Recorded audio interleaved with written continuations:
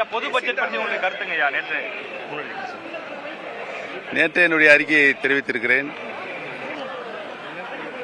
நிதிநிலை அறிக்கையின் மூலம் நிதிநிலையை எவ்வாறெல்லாம் சரி செய்யப்படும் என்ற நிலை இந்த நிதிநிலைக்கு அறிக்கையில் இல்லை. கடந்த 4 ஆண்டுகளாக தொடர்ந்து வரும் அதிகமாக வருகின்ற கடன், இந்த கடன் எதற்காக வாங்கப்பட வேண்டும் என்ற ஒரு நியதி இருக்கிறது. கடன் வாங்கினால் அதை மூலப்பொருளுக்கு மூலதனத்திற்கு செலவழிக்கப்பட வேண்டும் என்பதுதான் நிதிநிலை அறிக்கையுடைய சாராம்சம் இருக்க வேண்டும். வாங்கப்படுகின்ற கடனை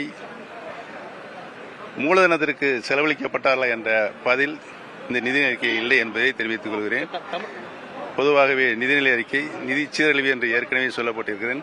அது உறுதியாக இருக்கிறேன் என்பதை தெரிவித்துக் கொள்கிறேன். ஐயா லேப்டாப் தரதா சொல்லியிருக்கிறாங்க, அதை பற்றி உங்க கருத்து என்னங்க ஐயா? மாண்புமிகு இதய புரட்சி தலைவி அம்மா அவர்கள் தமிழகத்தினுடைய மாநில சொந்த நிதியிலிருந்து 52% நிதியை, மாநில நிதியை மக்கள் நல திட்டங்களுக்காகவே மாண்புமிகு அம்மா அவர்கள் ஒதுக்கி தந்தார்கள். கீழ்த்தட்டில் வாழுகின்ற மக்கள் அவருடைய தேவைகள், அடிப்படை வசதிகளை பெறுகின்ற வகையில் பல்வேறு நலத்திட்டங்களை மாண்புமிகு அம்மா அவர்கள் தங்களுடைய பொற்கால ஆட்சியில் செயல்படுத்தினார்கள் என்பதுதான் வரலாறு. அந்த வகையில் படிக்கின்ற மாணவ செல்வங்களுக்கு லேப்டாப் வசதி மாண்புமிகு அம்மா அவர்களால் தொடர்ந்து வழங்கப்பட்டு வந்தது. அது நிறுத்தி வைக்கப்பட்டிருக்கிறது என்பதனை குற்றச்சாட்டாக நான் இந்த அரசு மீது சொல்கிறேன். சார், அரசு ஊழியர்களுக்கு போதுமான திட்டங்கள் நிறைவேற்றப்படலன்னு சொல்றாங்க.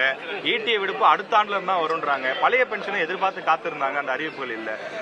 திராவிட முன்னேற்ற கழகத்தினுடைய இந்த சட்டமன்ற பொதுத்தேர்தலுக்கு முன்பாக தேர்தல் அறிக்கையின் மூலம் சொல்லப்பட்டிருக்கின்ற அனைத்திலையும் ஒரு திட்டத்தை கூட முழுமையாக அவர்கள் செயல்படுத்தவில்லை என்பதுதான் மக்களுடைய கருத்தாக இருக்கிறது என்பதை தெரிவித்துக் கொள்கிறேன். அவ்வளவுதானே? கொஞ்சம்